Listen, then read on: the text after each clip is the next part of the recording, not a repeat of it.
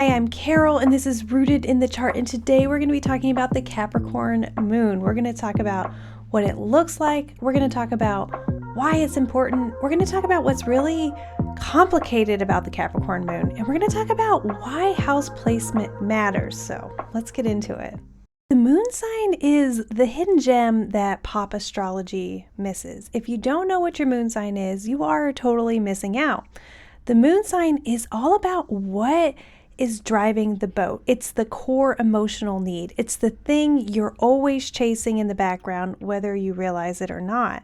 What makes the Capricorn Moon unique is that it really doesn't like to be in Capricorn. Of all the signs the moon can be in, Capricorn is one of its least favorite. So if you have a Capricorn moon, what that means is that your emotional need, the thing that's driving the boat, the thing that behind the scenes is happening whether you realize it or not, is that achieving and setting goals and reaching goals makes you feel emotionally safe, which is not the same for every other sign. So you are incredibly unique, and understanding that the reason why you're always looking to achieve something, the reason you're always looking to broaden your goals and continue to move forward is that this is about emotional safety for you. Famous examples of some Capricorn moons are Brad Pitt, Abraham Lincoln, and Amy Winehouse. So all of these people are very motivated by achievement. So it actually makes them feel emotionally safe to be achieving. So of course, they're going to be very highly motivated to achieve a lot. So if you see this pattern in your life where you're constantly looking to achieve and you're constantly pushing those boundaries of goals, well, now you know why. Now that you know you have a Capricorn moon and you understand why you're having all of this desire to achieve and do a good thing, maybe you're always looking to assess yourself and see how good of a job you did. Or maybe you like when you're getting feedback from other people all the time because, again, that makes you feel safe. Okay, I'm doing a good job, that kind of thing. So then the next thing we're going to look at is the house consideration. So if you don't know which house it's in, I'm going to put up on the screen to give you an example. You're looking for the moon symbol and you're looking to see which number it's in because that's the house it's in. Okay, so once you know the house it's in, where it is really matters. So let's say that you have your Capricorn moon in house 2. Well, your self-worth is probably going to be very tied to how much you're achieving. Getting feedback, getting, hey, am I doing a good job? This is going to be very central to how this emotional need gets met, okay?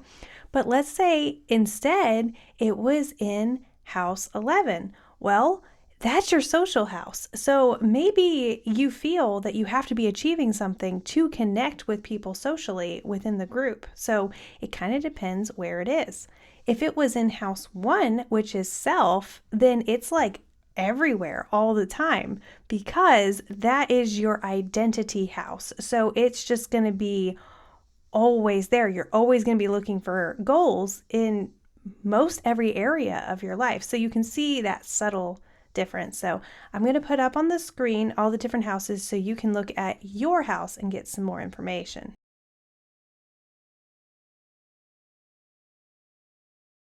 I'm not going to lie to you, having a Capricorn moon is kind of a complicated placement and it can be a little bit of a difficult placement. A lot of times when I tell people they have the Capricorn moon, they're like, makes sense, or great, yeah, there you go, because they're always aware that they just are kind of a little bit different than other people, and that's because of this moon placement. So if you have a Capricorn moon, no worries. You just need to leave room in your life for achievement wherever that plays out for you, depending on the house. And knowing this about yourself and kind of building in like self-assessment tools, or maybe you have like instead of just a New Year's resolution, maybe you do 3 or 4 check-ins throughout the year because that's what makes you feel safe.